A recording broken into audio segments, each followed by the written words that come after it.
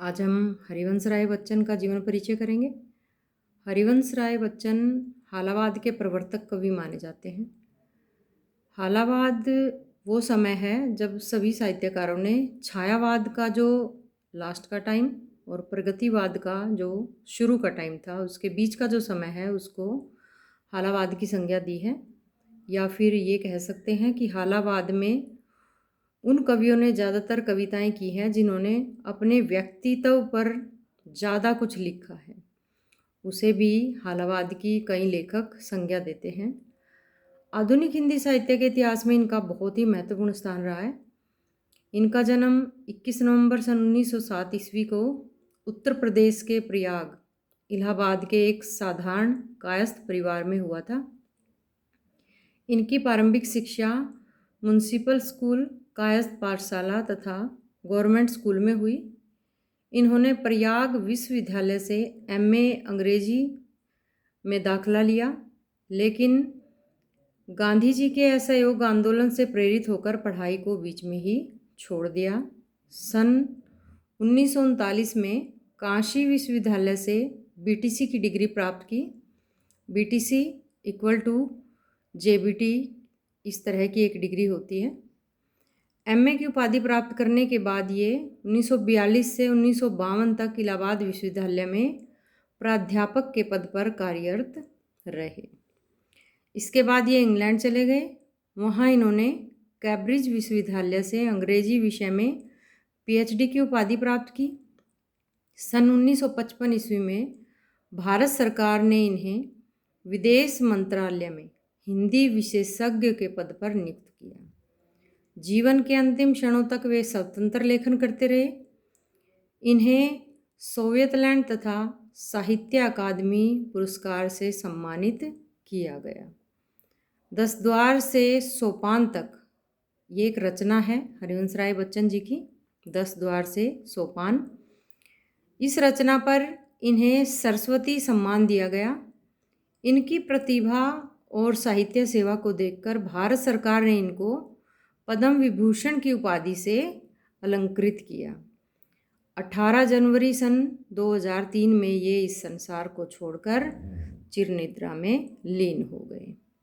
हरिवंश राय बच्चन जी की जो रचनाएं हैं, बहुमुखी प्रतिभा संपन्न साहित्यकार हैं। हर एक विधा पर अपनी लेखनी चलाई है, चाहे वो गद्य हो, पद्य हो। काव्य संग्रह जो है इनके मधुशाला, मधुबाला, मधुकलश, निशा निमंत्रण, एकांत संगीत, आकुल अंतर, मिलन, यामिनी, सप्तरंगिणी, आरती और अंगारे, नए पुराने झरोखे, टूटी फूटी कड़ियाँ, बुद्ध और नाचकर, ये इनके सारे काव्य संग्रह हैं। आत्म कथा 4 खंड, अपनी ही आत्मकथा लेखक ने जो लिखी है उसके वो 4 भागों में है। क्या भूलूं क्या याद करूं, नीड़ का निर्माण, बसेरे से दूर, 10 द्वार से सोपान तक। अनुवाद जो किया इन्होंने, दूसरों की रचनाओं का जब लेखक अनुवाद करता है उसको अनुवाद बोलते हैं। हैमलेट, जनगीता, मैकबेथ। और एक डायरी भी लिखी है।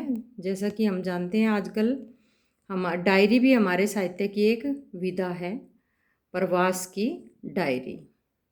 अब इनकी जो साहित्यिक विशेषताएं हैं, श्री हरिवंश राय बच्चन जी श्रेष्ठ साहित्यकार थे। इन्होंने हालावाद का परिवर्तन कर साहित्य को एक नया मोड़ दिया। हालावाद के प्रवर्तक कवि माने जाते हैं श्री बच्चन जी। उनका एक कहानीकार के रूप में उदय हुआ, लेकिन बाद में उन्होंने बुद्धि कौशल के आधार पर अनेक विधाओं पर लिखा। शुरू में जब लेखन किया कवि ने तो वो एक कहानीकार के रूप में किया, कहानियाँ लिखी शुरू में, लेकिन बाद में इन्होंने हमारे साहित्य की हर विधा को पे लिखा है। उनके साहित्य की प्रमुख विशेषताएं निम्नलिखित हैं। प्रेम और सौंदर्य यानी श्रृंगार रस की बहुत ज़्यादा कविताएं जो है हरिवंश राय बच्चन जी की लिखी हुई मिलती हैं। अगर हम हमारे हिंदी के रसों की बात करें तो मैंने पहले बताया जैसे कि हमारे हिंदी के 9 रस होते हैं, उनमें से श्रृंगार रस जो है वियोग श्रृंगार रस पे कवि ने बहुत ज़्यादा लिखा है। श्री बच्चन जी हालावाद के प्रवर्तक कवि माने जाते हैं, जिनमें प्रेम और सौंदर्य का अनूठा संगम है। इन्होंने साहित्य में प्रेम और मस्ती भरकर एक नया मोड़ दिया। इन्होंने प्रेम और सौंदर्य को जीवन का अभिन्न अंग मानकर उसका चित्रण किया।